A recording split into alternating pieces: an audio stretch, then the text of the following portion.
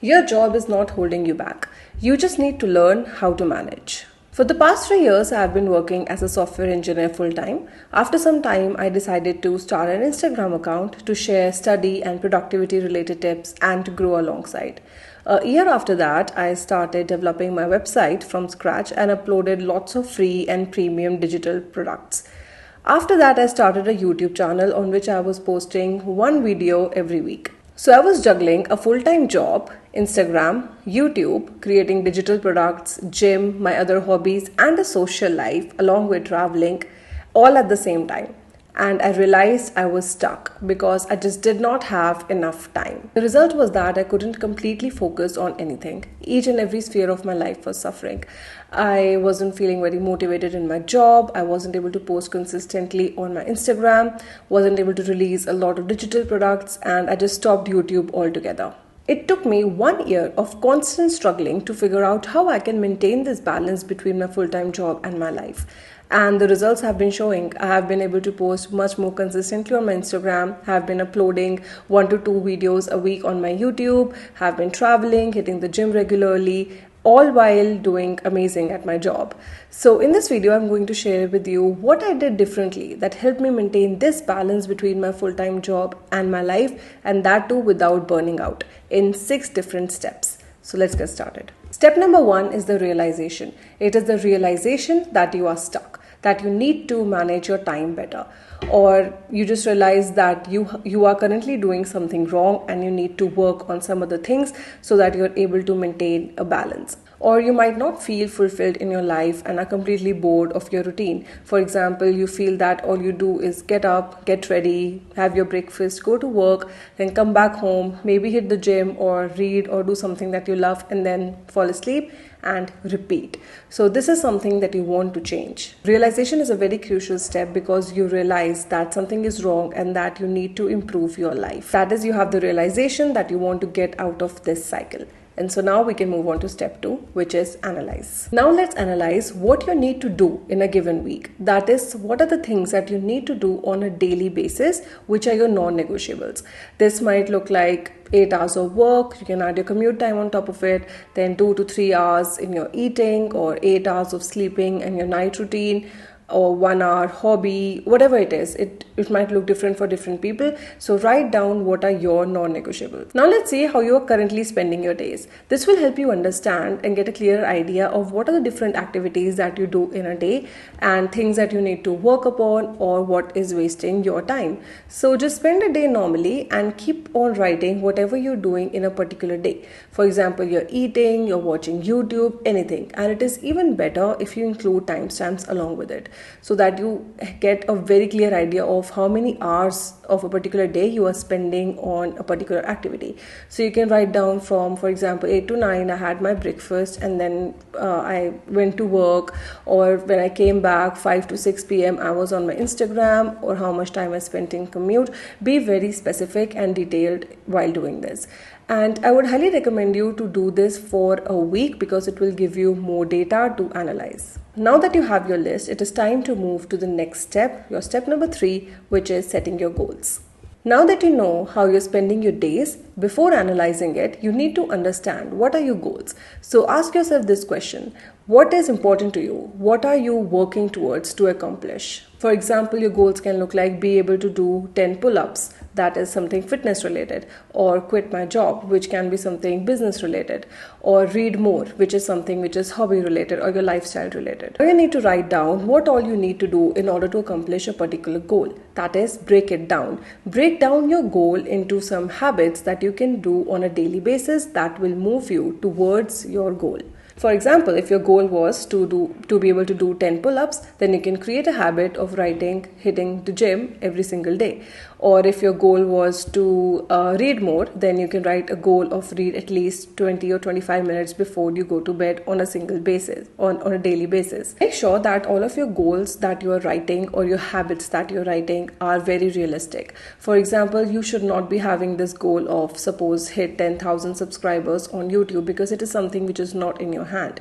What is in your hand is producing quality content consistently. So instead of writing as a goal of hitting 10k subscribers on YouTube, you should write down uploading one video every week or two videos every week, whatever is your schedule, and then you can break it down into a habit of, for example, plan video, or the next day you can write brainstorm ideas, or on weekends you can write to film and edit the videos, and so on. It is not only important that you keep your goals realistic, it is also very important that you do not write a lot of goals.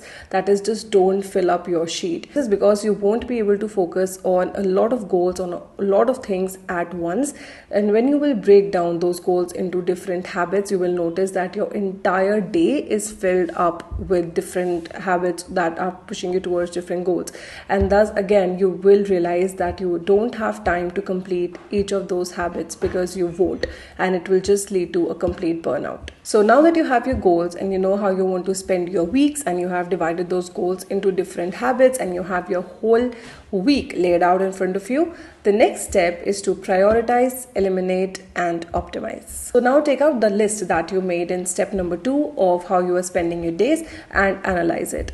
Notice everything that is wasting your time and try to eliminate them. You can buy anything that you want in your life, but sadly time and energy are not one of them. So you should focus on spending your time and your energy on things that are pushing you towards your goals, and not on things that are a complete waste of time. For example, you don't have to say yes to everything. Learn to say no from time to time.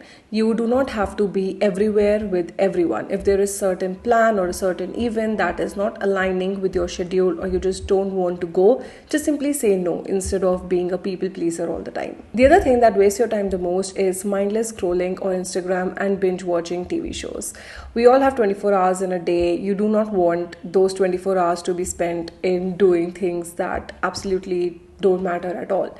So some of my tips in this is, first of all, keep your phone away from bed before you go to sleep. This is because the majority of our time that is spent on our phone mindlessly scrolling is exactly before going to bed, and then a few minutes after waking up as well. So if you break off this habit of using your phone before bed and after bed, after you wake up in the morning, you will be able to save hours of mindless scrolling in a week. But keep this in mind that I am not telling you to completely stop watching your favorite TV shows or just completely stop scrolling on Instagram, because that just doesn't happen. If you have a problem of social media addiction, or you feel like you're on your phone a lot, I did make a video on this a few days back, so I will link that above in the cards. Like I was saying, you do not have to just go cold turkey on all of these things. You can still do that. I still watch my favorite TV show, I still scroll on social media, I still travel, I still go to gym, I still party and spend time with my friends. It is just how you maintain a balance. So if you really want some time in your day or to scroll on Instagram, or you watch your TV shows, it is much more advised that you create that particular slot in your schedule. For example, you can just write, after I get back from work for 30 minutes, I'm going to watch my favorite TV show, or before going to bed, I will just scroll on Instagram for 15 minutes, and then I will read my favorite book and then go to bed.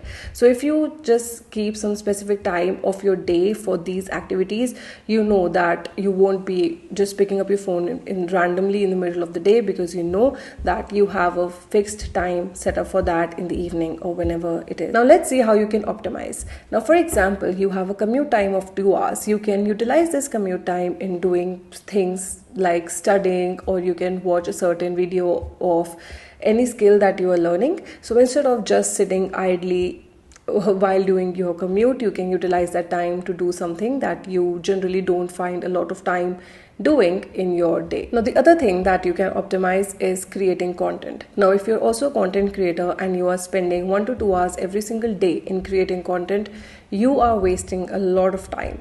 So what I like to do is I like to batch content, that is, create the entire week's worth of content in a few hours, preferably on weekends. Or if you are someone who has to do commute 1 hour each way or whatever it is, you can also use this time to generate content or create ideas, create your posts, create your reels, anything. Another thing that you can optimize is stop setting up unnecessary meetings. Stop attending calls that just could have been an email.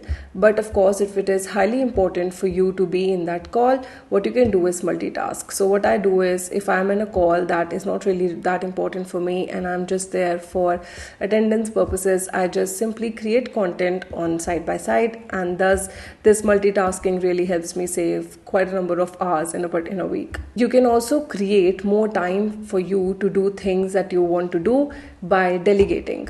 For example, at work, you can delegate tasks to your interns or your junior developers, things that do not require your direct involvement. At home, you can delegate tasks to your partner or your parents, whoever you're living with. Just divide up the chores and delegate in that way. If you are a content creator, you can delegate your video editing or content creation as well to other people. Next was prioritize. For this, I like to use the Pareto principle, which states that 20% of the things you do will account for 80% of the result, and thus it is also known as the 80-20 rule. Now imagine you have a to-do list with 10 tasks for the day. So according to Pareto principle, only 2 of those tasks will account for 80% of your entire productivity for the day. These tasks might be things like completing a particular project or preparing for an important meeting, and the remaining 8 tasks, that is your 80% of the task, will amount to something which is not that important. For example, cleaning your desk or replying to routine emails and so on, and will thus only contribute to 20% of your productivity. So your goal of the day should be to focus on these 20% of the tasks. I would recommend you to complete this task when you are the most productive. That is, when your biological clock is the most active. This is because more often than not, the tasks which are the most important are also the ones which are the hardest. So I would recommend you to wake up early in the morning to finish these tasks, because this is the time when you will be the most productive. But if you realize that you're more productive during the afternoon or during the evening, then you can shift those tasks to those time periods. I usually prefer to do such tasks in the morning because this is when I feel the most productive and fresh. Plus, the chances of something coming up in the morning are much less as compared to in the evenings. Now, step number 5 is weekends. Now, weekends are often seen as a time for you to relax and escape your daily life, but it can be so much more than that. I read this saying somewhere that weekends are for building the life you want and not escaping the life you have. So you can think of weekends as your secret weapon to achieve the goals that you want. So you can utilize this time to do things that you don't really find a lot of time for during your week. So you can use this time to, for example, build your side hustle, or you can spend some quality time with your loved ones or learn a new skill and so on. You can also use your weekends to catch up on tasks that you are not able to do during the week. For example, things like your meal prepping or doing your laundry, your cleaning and so on. I'm not telling you to completely focus on these things during the weekends. If you need a break or if you are completely burnt out from your entire week, definitely use this time to recharge and rest and take a break. Now, the last step, which is the most important step, is your mindset. No lists or steps will be able to help you unless and until you are in your correct mindset. So instead of viewing your job as something that is holding you back, think of it as something that is teaching you so much. It is teaching you management, leadership, communication, all of the things which will be really important for you if you want to build a business of your own. You can also view it as a source that is making it very easier for you to invest money into your side hustle while also leading a comfortable lifestyle along with it. I always used to think that I'm not able to do all the things that I love or produce content regularly or anything because of my job.